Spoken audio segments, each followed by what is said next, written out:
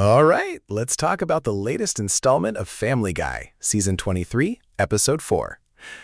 When I saw that opening theme song kick in, it just gave me that familiar, slightly unsettling feeling.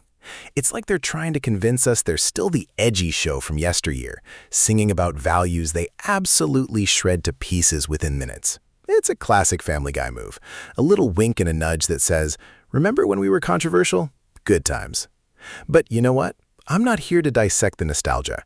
I'm here because, frankly, the writers clearly had a lot going on in their lives this week, and it shows. While they were busy crafting this particular brand of animated chaos, the real world was doing its own thing, probably something far less bizarre than what we're about to dive into. I mean, while this episode was being put together, who knows what was happening? Maybe a rogue pigeon carried off the main writer's car keys, or maybe they were all locked in a room debating whether a hot dog is a sandwich. The point is, amidst all that potential real-world mayhem, they somehow managed to cook up, well, this. And the wildest part? The story is about to take a turn so sharp, you'll need whiplash insurance for your eyeballs. Buckle up, buttercups. So, we kick things off with Lois feeling all jazzed about a 90s concert, ready to relive her youth and probably mumble some lyrics she shouldn't. It's cute, right? A little escapism. Meanwhile, Peter, ever the responsible guardian, is plotting some truly questionable prank videos. I'm talking marbles on the park, guys, because nothing screams family fun like potential ER visits. And, naturally, he's supposed to watch Stewie, because who else is going to? Then, bam, he's late. Shocking. Stewie, meanwhile, is apparently so disappointed he's holding auditions for a new dad, which, let's be honest, is a pretty solid Stewie move. He always knows how to get what he wants, or at least how to articulate his needs in the most dramatic way possible. He's not just looking for a dad. Nope, he's looking for a daddy. The subtext here is thicker than Peter's latest belly flop. And then we get that classic Family Guy moment where Peter's incompetence is so profound it becomes a plot point. He's late, he's probably doing something incredibly dumb, and we get that little tease about the airplane crash into someone's cheek. It's the kind of detail that makes you go, wait, what? Did that happen? When? Classic Family Guy, planting those seeds of mild trauma and forgetting to water them until later. We also get a bizarre little interlude with a Cheerio Army and Busby. This is the part where you can really see the writers tossing spaghetti at the wall to see what sticks. It's nonsensical, it's random, and it's exactly why we watch. It's like they hit a creative wall and just started yelling out childhood memories and breakfast cereal mascots. Then the main plot finally grinds into gear. Peter is missing, Lois is furious, and Stewie is holding auditions. The whole premise of Lois going out while Peter is supposed to be watching Stewie feels like a recipe for disaster, and this show never disappoints in delivering on that potential. It's a familiar setup, but the execution, as always, is where the Family Guy magic, or madness, happens. The sheer scale of Peter's irresponsibility is almost impressive. We're talking hours late, leaving his family in the lurch, and you just know it's going to involve something incredibly stupid and self-inflicted. Now, if you're finding yourself nodding along to this glorious mess, maybe consider hitting that subscribe button. It's like finding an unopened bag of chips at the back of the cupboard, a little surprise that makes your day better. And it tells me you're enjoying this deep dive into the cartoon abyss. Plus, it means more of these breakdowns are coming your way. And frankly, my therapist says it's good for me to keep talking about this stuff. All right, let's get into the thick of it. This episode, at its surface, is about Lois wanting a night out. A ladies' night, a women's night, whatever you want to call it. She's tired of the everyday grind and wants to relive her 90s glory days with a concert. And who gets tasked with watching Stewie? You guessed it, Peter. But, as we've come to expect, Peter's definition of watching Stewie is flexible, to say the least. He's late, way late, and Stewie, in his typical dramatic fashion, decides he needs to hold dad auditions. This is where the episode starts to hint at a deeper current. It's not just about Peter being a terrible babysitter. It's about Lois feeling a sense of being overlooked, or perhaps unfulfilled in her domestic life. Her desire for a night out isn't just about fun. It's a yearning for something more, something that acknowledges her as an individual beyond just being a mom and wife. And Peter? Well, he embodies the chaos and irresponsibility that Lois has to constantly navigate. He's the anchor dragging her down, or at least the really, really heavy, slippery anchor that's currently stuck in a block of ice. The fact that he's late, the subsequent breakdown of childcare, and Stewie's subsequent daddy auditions all tie back to this core idea of Lois seeking an outlet. The writing here, while chaotic and filled with those signature Family Guy non sequiturs, is actually trying to tell a story about a woman who's hit a certain age and is looking for her identity outside of the family unit. It's a relatable theme, buried under layers of jokes about pee hoses, airplane crashes into cheeks, and random cereal armies. The 90s concert is more than just a plot device. It's a symbol of a past self, a time when Lois was perhaps more carefree and less defined by her responsibilities. The show is exploring that midlife reevaluation, but through its signature lens of absurdity and a complete lack of subtlety. Peter's absence and incompetence are the catalysts that force Lois to confront this, or at least give her the opportunity to explore it through her own unexpected path. The episode doesn't just stop at Peter's being an idiot. It uses his idiocy to create space for Lois to step into the spotlight, albeit in a way neither she nor Peter could have predicted. The pacing of the episode is, as is often the case with Family Guy, a wild ride. It jumps from Peter's antics to Stewie's existential crisis to Lois's night out turning into something completely different.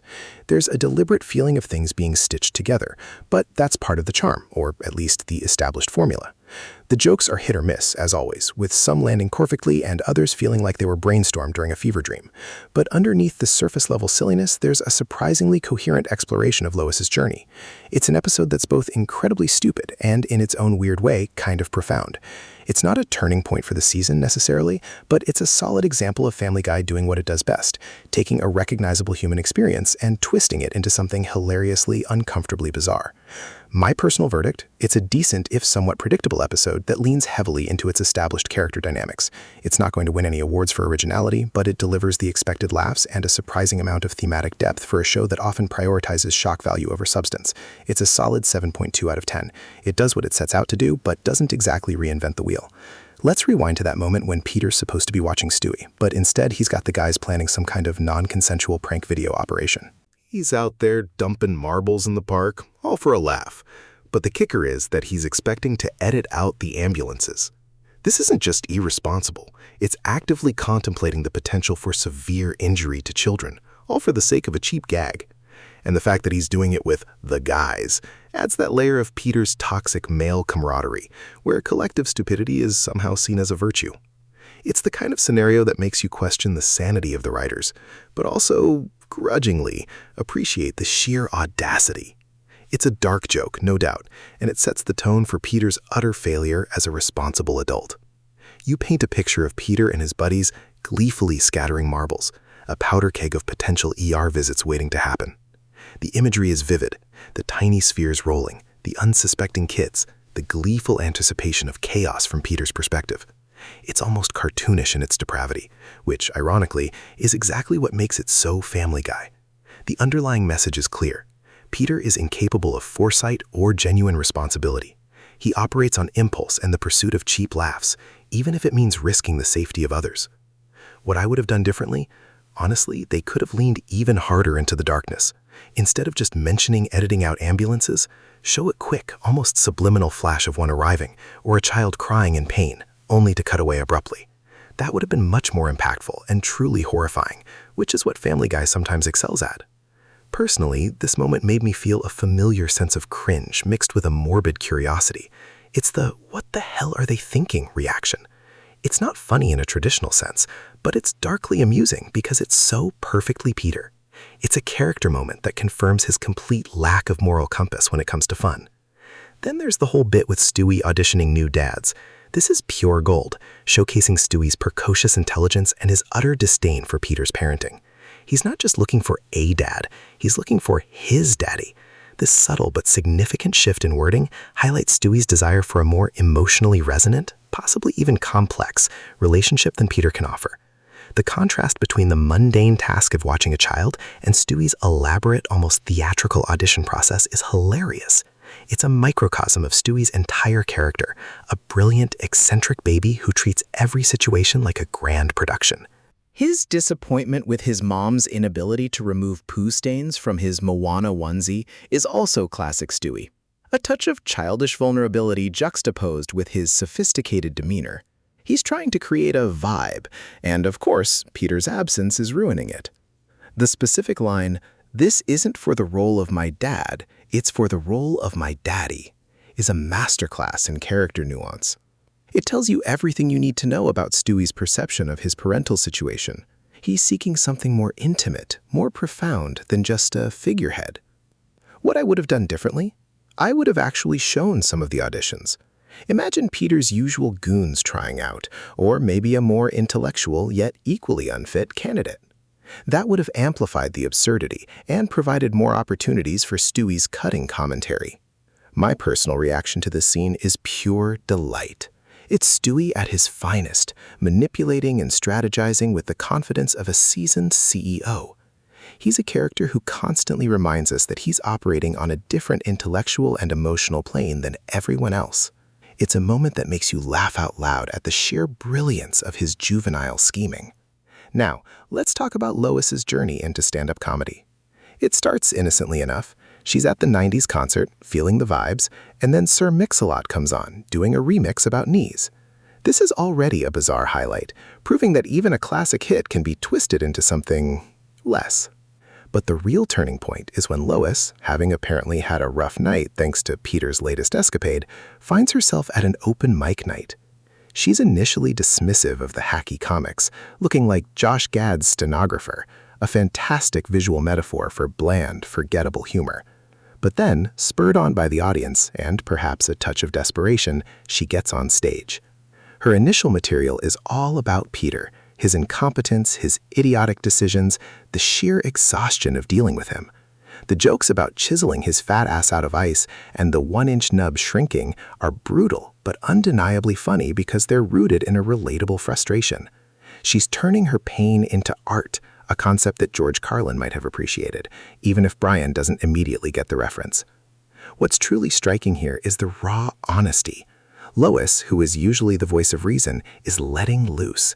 She's confessing her marital woes to a room full of strangers, and the crowd loves it. Her delivery, her timing, her ability to connect with the audience's shared experiences of dealing with difficult partners, it's all there. The comedy club owner offering her a spot because her dumb husband jokes crushed is the perfect validation. What I would have done differently? I would have let Lois bomb a little first. The immediate success feels a bit too easy. Having her struggle for a few jokes, then hit a nerve with the Peter material, would have made her eventual triumph feel more earned. My personal reaction is one of genuine surprise and admiration. I always knew Lois had it in her, but seeing her find this outlet, this unexpected talent, is fantastic. It's a powerful moment of self-discovery, even if it's built on the foundation of her husband's failures. And then we have Brian, caught in the crossfire of Lois's new fame. He's supposed to be this sophisticated intellectual, but here he's reduced to being a sounding board for Lois's comedy and a target for her digs at Peter. He tries to offer some deep philosophical insight, referencing George Carlin, but Lois just shuts him down, reminding him they're all on Facebook. This shows a shift in the show's dynamic. Lois is no longer just the exasperated wife, but a rising star.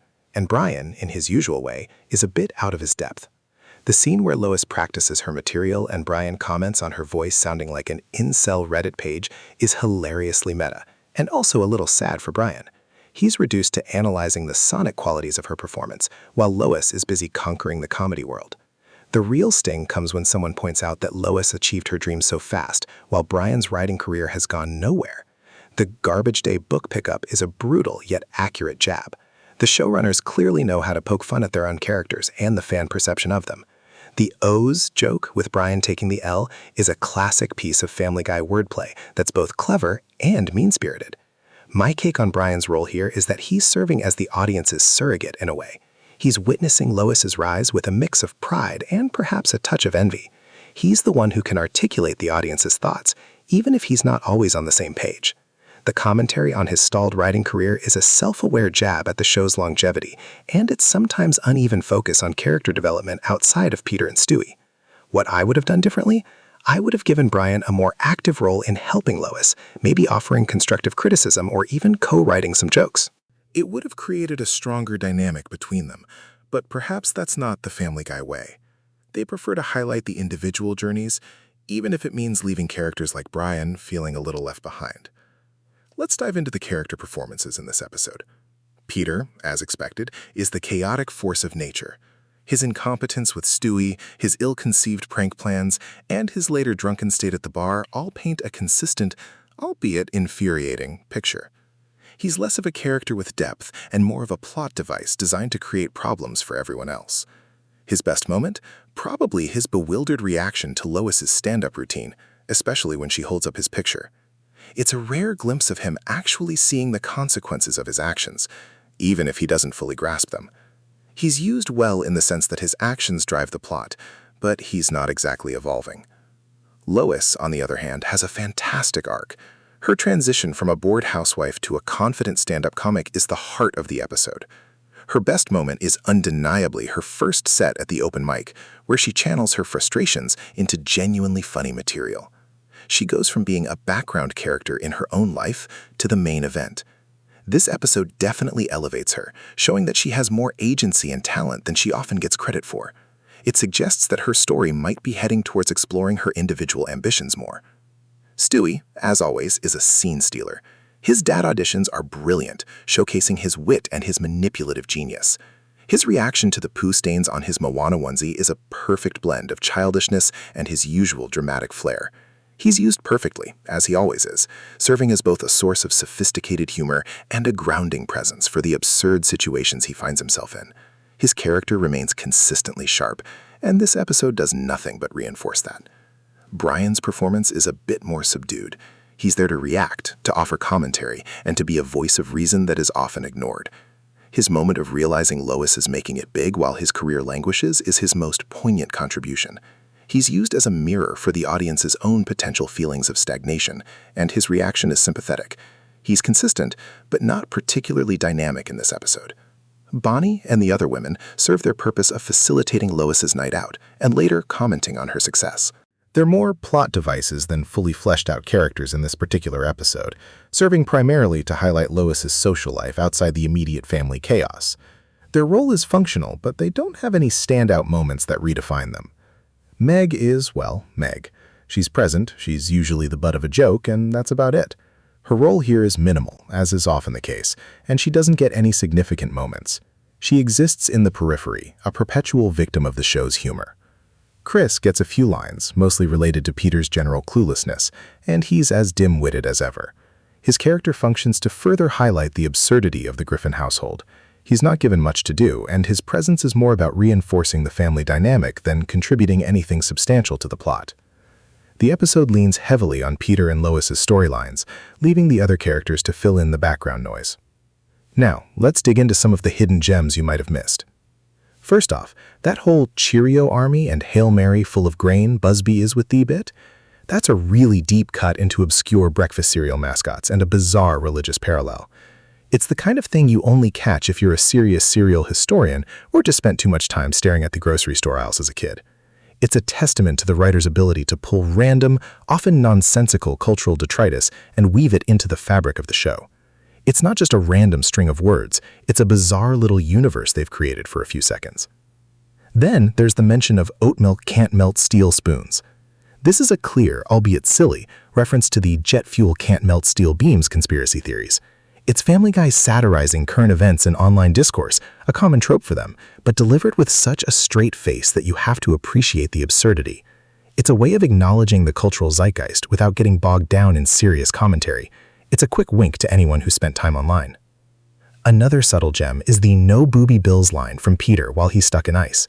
This is a throwback to a recurring gag where Peter often makes inappropriate comments or actions related to nudity or sexual innuendo, and this one is particularly vivid, imagining nipples mushed up on Ben Franklin. It's a callback that reinforces Peter's lecherous and immature nature. The writers know their audience appreciates these little recurring bits of perversion. Also, the stage name Lois chooses, Lois the Crowd Killer, shortened to Lois C.K. This is a brilliant, albeit risky, nod to the comedian Louis C.K. It's a meta-commentary on comedy itself and the potential for scandal, something Family Guy isn't afraid to touch. It adds a layer of commentary on the very act of being a comedian and the scrutiny that comes with it. It's a clever way to weave in a contemporary figure into the show's narrative. And finally, the NETCCF special, the New England Theater Comedy Festival. This is a masterful bit of satire on the proliferation of niche streaming platforms and the often unimpressive nature of regional arts festivals.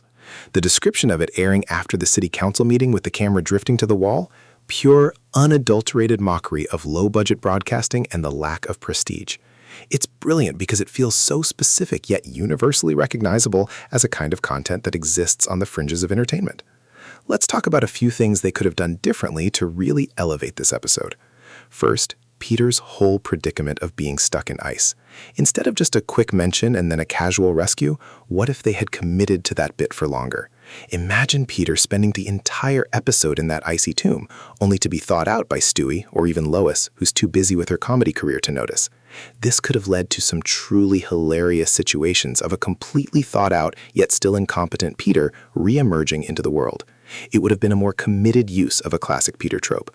My alternative would be to have him be stuck for a longer duration, perhaps leading to him developing some bizarre delusion or philosophy while frozen, only to be unfrozen and immediately spouted, much to everyone's confusion.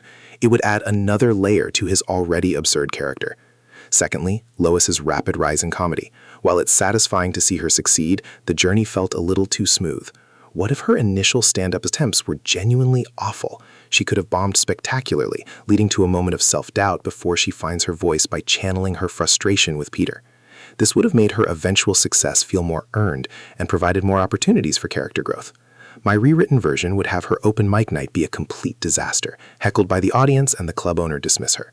Then maybe Brian, in a moment of genuine support, helps her refine her material, leading to her eventual breakthrough. It would have shown a stronger bond between them and a more realistic comedic journey. Lastly, the "I stole it off a blackjack dealer" line from Stewie about his visor. This is a funny throwaway line, but what if it led to a short B-plot where the blackjack dealer comes looking for his visor, leading to a cat-and-mouse chase between a very confused dealer and Stewie, who views it as a game? It could have been a classic Stewie caper with a bit more consequence. My take on this would be to have the dealer be incredibly inept, making Stewie's theft and evasion even more ridiculous. It's these small missed opportunities that keep an episode from reaching its full potential. So where does this episode land in the grand scheme of things? I'm giving it a solid 7.4 out of 10. The 0.4 comes from Lois's genuinely strong character arc and some truly hilarious, if dark, comedic moments. The 7 comes from the fact that it's still Family Guy, relying on familiar tropes and Peter's relentless idiocy. What pushed the score higher was seeing Lois step out and shine. What kept it from being an 8 or 9 was that the Peter plot, while setting Lois up, felt a bit recycled. This episode is for the fans who appreciate Lois's character development and don't mind the signature Family Guy chaos. Newcomers might be a bit lost in the random jokes and callbacks, but if you're a seasoned viewer, you'll find plenty to enjoy. It's an episode that proves that even after all these years, the show can still deliver a satisfying story with a surprising amount of heart, buried beneath all the cutaways and offensive jokes. It's a testament to the show's enduring formula, and a reminder that sometimes the most ordinary lives can lead to the most extraordinary and hilarious detours. And in the end, Lois C.K. is standing in the doorway of comedy, and you're going to watch her until she erupts. Much like this entire script, actually, erupting with jokes and observations, proving that even the most outlandish storylines can circle back to the core of what makes us laugh, and occasionally think. It's the Family Guy way, and for better or worse, we're still here for it.